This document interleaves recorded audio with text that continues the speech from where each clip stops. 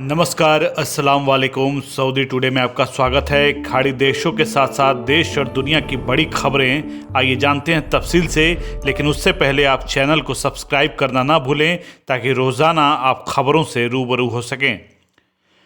जैसे कि उम्मीद थी, जो बाइडन के अमेरिका का राष्ट्रपति बनते ही सऊदी राजशाही खानदान की मुश्किलें बढ़नी शुरू हो गई हैं।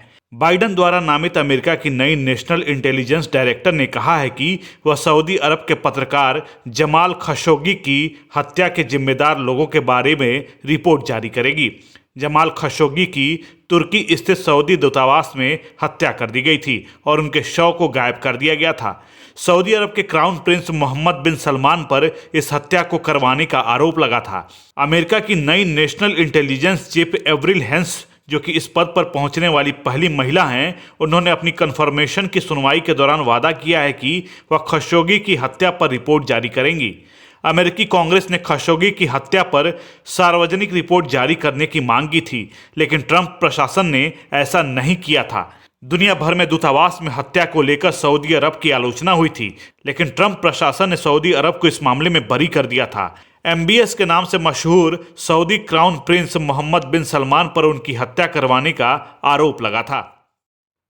सऊदी अरब में कोरोना के 212 नए मरीज मिले हैं। ये महीने भर से अधिक समय के बाद लगातार तीसरे दिन 200 से अधिक नए मरीज मिले हैं, जिसके बाद हड़कंप मच गया है। वहीं बीते 24 घंटे में कोरोना से 4 और रोगियों की मौत हो गई है।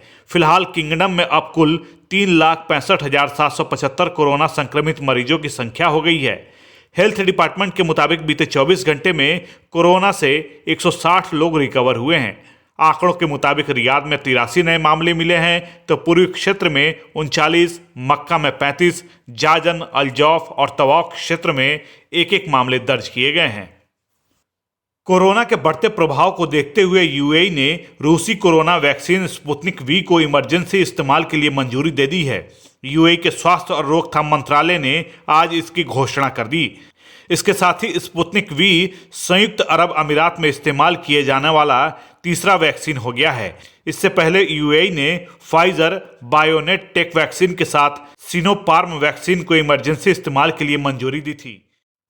भारत के विदेश राज्य मंत्री वी मुरलीधरन ने संयुक्त अरब अमीरात में भारतीय श्रमिकों के लिए भारत सरकार के पहले कौशल और प्रशिक्षण केंद्र का उद्घाटन किया है। यह कौशल केंद्र दिल्ली पब्लिक स्कूल जेबेल अली में शुरू किया गया है। इस केंद्र पर दुबई में काम कर रहे भारतीय श्रमिकों को अरबी, अंग्रेजी और कंप्यूटर एप्लीकेशन का प्रशिक्षण दिया जाएगा। केंद्र का उद्घाटन करने के बाद मुरलीधरन ने भारतीय श्रमिकों से बातचीत की। मंत्री ने इस बात पर खुशी जताई कि महिला कामगार भी इसमें काफी इंटरेस्ट ले रही हैं। कुवैत में रेजिडेंस वीजा का उल्लंघन करने वालों को अपने स्टेटस को सुधारने के लिए 31 जनवरी तक का समय दिया गया है, मगर अब तक कुछ ही ऐसे हैं जिन्होंने संशोधन कराने के लिए आवेदन दिया है। बाकियों ने इसे हल्के में लेकर बस निर्धारित किए गए समय को बर्बाद कर रहे हैं। 31 जनवरी अब जल्द ही समाप्त हो जाएगा और इसके बाद इस तारीख को आगे नहीं बढ़ाया जाएगा। बताया जा रहा है कि रेजिडेंस वीजा के उल्लंघनकर्ताओं को गिरफ्तार करने के लिए 31 जनवरी के बाद एक बड़ा सुरक्षा अभियान शुरू होने वाला है, जो अलग अलग सुरक्षा क्षेत्रों में किया जाएगा। जिन्होंने समय सीमा का लाभ नहीं लिया और वीजा में संशोधन नहीं करवाया है, जबकि स्टेटस में संशोधन कराने के लिए प्रवासियों के लिए लगातार 2 महीने तक तारीख को बढ़ाया गया, अब उन पर गाज गिरनी तय है। कुवैत में आने वाले रविवार तक तापमान में भारी कमी रहने की उम्मीद है। इस बात की चेतावनी जारी कर दी गई है। कुवैत मौसम विभाग के अब्दुल अजीज अल कारावी ने कहा है कि दिन के दौरान हल्की से मध्यम स्थिति 15 से 18 डिग्री सेल्सियस के बीच, रात में बहुत ठंड रहेगी, जिसमें तापमान गिरावट के साथ 2 से 5 डिग्री सेल्सियस के बीच रहने की उम्मीद है। शुक्रवार और शनिवार को बादलों से कुछ क्षेत्रों में ठंड की संभावनाएं देखी जा सकती हैं।